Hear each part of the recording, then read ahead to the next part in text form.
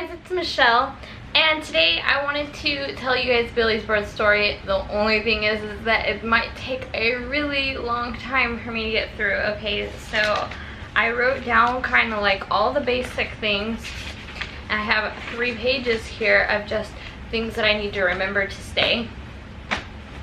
So we're gonna start from the beginning, of course, at 7:30 a.m. on April 8th, 2009. I got up, 7:30 a.m. I got up to go pee. I went pee, I laid back down, and as soon as I did, I felt like I had just peed my pants. And I was like, what in the heck is this? So I tapped Billy on the shoulder. Honey, can you smell this? I think I peed the bed. And he's like, okay. No, Michelle, that's nothing. And I was like, wake up, we gotta go. And he was like, what do you mean? I gotta go to work, why'd you wake me up early? And I was like, you're not going to work, you gotta call in sick, we gotta go to the hospital. So he's like, oh my gosh, you're right.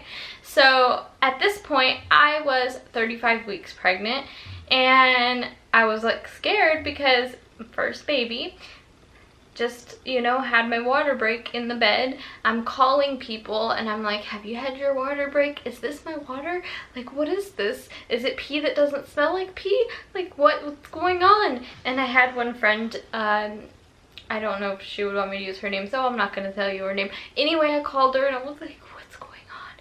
And she was like, oh yeah, so like if it's still kind of dripping out, like it's definitely your water, just like take a towel and put it on your car or whatever. Like it's the only advice I could really give you. Get your butt to the hospital. Girl, go to the hospital. I wasn't having contractions, or I didn't think I was, or anything like that, but we lived like 25 minutes from the hospital that I was going to. So we got in the car and we went down to the hospital. So we get to the hospital and they're like, okay, well, we need to do this like swabby testy thing to make sure that it was your water breaking, you know, that it wasn't anything else, you know, sort of liquids that come out of your body. And so they did the little swab test and it came back positive, so it was definitely water breakage. They had the baby on the monitor and they were like, you're definitely contracting. But I didn't really know, like, I mean, it felt like some pressure, but like not a lot. And like, I don't know, the nurse was like, this should be hurting you right now. And I was like, okay, cool, I guess. And it didn't ever hurt. So like, I don't know why, but like it didn't. So we called all of our family, and throughout the day, like every single family member that I knew or didn't know of me and my husband, and everybody was coming in and out, and the whole day long everybody was coming in and being like, so baby, hi, is there a baby, is there a baby, is there a baby, is the baby here, is the baby here, is the baby here, is the baby here? And I was going crazy, and I was like, guys, like, just relax, we'll tell you, like, the baby will come, and then we'll be like, come see us and the baby. Well, most of our friends and family stayed at the hospital all day long in the waiting room, all getting to know each other, and fun times for them, I guess. They probably have their own stories, but I was just in there and I was miserable and I was hungry and I was thirsty, and they wouldn't let me have anything all day long. Okay, that was like my biggest concern, was having the baby and eating and drinking. I was starving to death. So I only ever got 2-3 centimeters dilated when I was in labor with Billy. And around 12 a.m. on April 9th, the doctor came in and he checked me again, and I was still only 3 centimeters dilated. At this point, there was no stress on the baby or anything like that. I don't know why they didn't find out if there was any way that I could just go home and wait or anything, because I know now that sometimes your water can break a little bit, but then it can close back up type of thing, and then especially if it's that early, and you can go back and have the baby later. This wasn't the case for me, and I was too young, I guess, to know, or I just didn't do enough research, whatever it is. We ended up having an emergency C-section. When the doctor first started talking about C-section, I was like, no, no, no. I didn't even want pain medication. I don't want surgery. Like, what? No, no, this isn't gonna happen. I don't want this to happen. And the doctor's like, well, nothing's changing. We're giving you all the medication to like push you to be able to have the baby, and it's just nothing is changing, so you have to have a C-section. So I was like really delusional. I hadn't eaten since the night before. I think I had eaten at like 7 p.m. on April 7th. So that's quite a lot of time. Obviously they were giving me liquids and stuff, but like, you know, your mouth starts to get dry and like you're just kind of delusional from like being in a hospital, and I don't know how to explain this.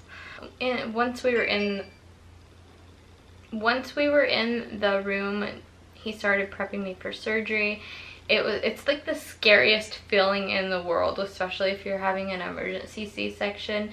You know, they're like swabbing cold things on your back, and then they're pushing a needle into you, and it's just like all of a sudden you lose feeling of all your legs, and like it's just the scariest feeling ever. Like you're helpless, you can't move, you can't do anything, and then they like transfer you over to like another bed, and like they like pick you up, and you can kind of feel your legs like wobbling, like, but you can't do anything, you can't move them. It's like it's a really odd and bad sensation. Feel like you're up in the clouds. You got medication in you, you know, that they just put in you.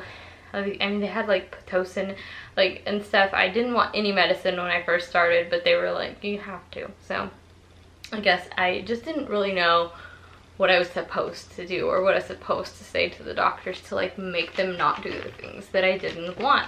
So like if you ever are going to have a baby and you haven't had one yet, like tell them exactly what you want. Like do a lot of research. I don't know why I didn't. Whenever they started the surgery, all I could feel was them pushing on my stomach, like up on my ribs area. I guess they were trying to like push them down to where they had opened up my stomach, and it was just, it felt like I couldn't breathe. It was like a really, really bad pressure. I just had like high anxiety, and I was just like, I can't breathe, I can't breathe, I can't breathe, I can't breathe, I can't breathe, I can't breathe, I can't breathe, I can't breathe. And Billy was like standing there next to me, and he's like, Michelle, you can breathe, you're talking, like you're fine, you can breathe, you're talking, it's okay, it's okay. So then I hear the baby cry, which is little Billy. So I heard him cry, and I didn't get to see him, and they told me, I don't think they told me how big he was. I don't think they told me anything about him. I just heard him cry, so I knew he was alive. And then they took me to a recovery room, and I was there by myself, all by myself in this recovery room for hours.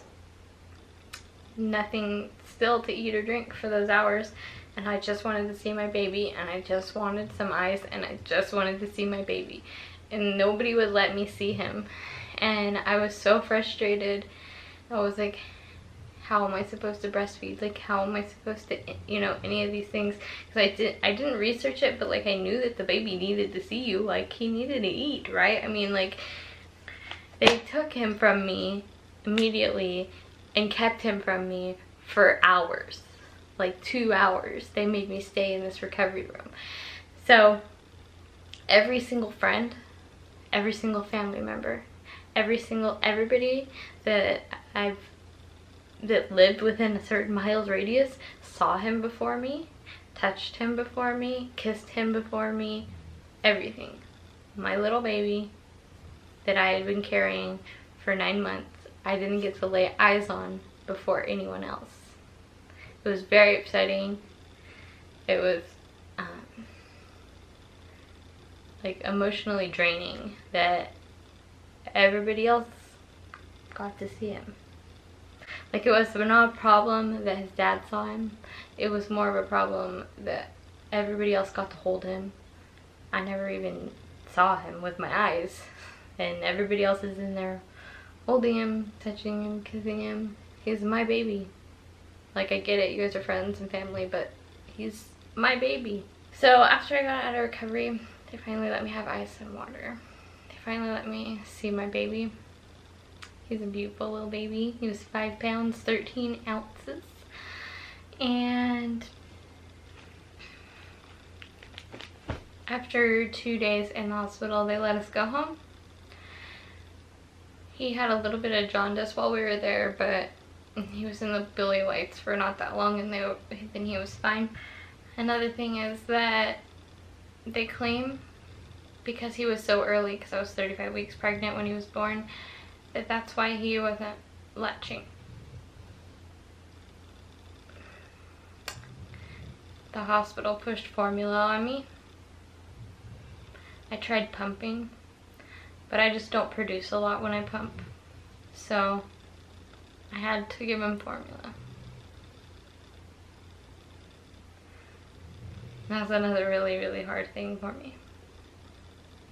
Because I was his mom. And I was supposed to be able to provide his food for him.